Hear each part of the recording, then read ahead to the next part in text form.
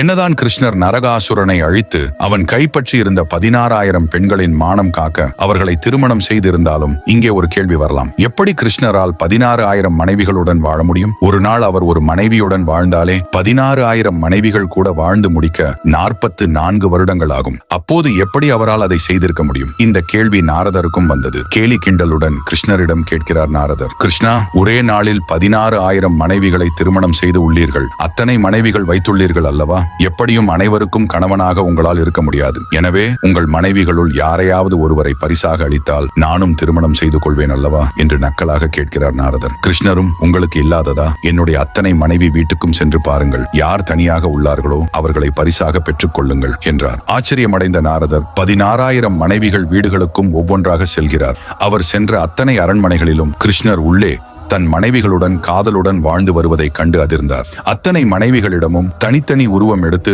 சிறந்த கணவனாக வாழ்ந்து காட்டியவர் கிருஷ்ணர்.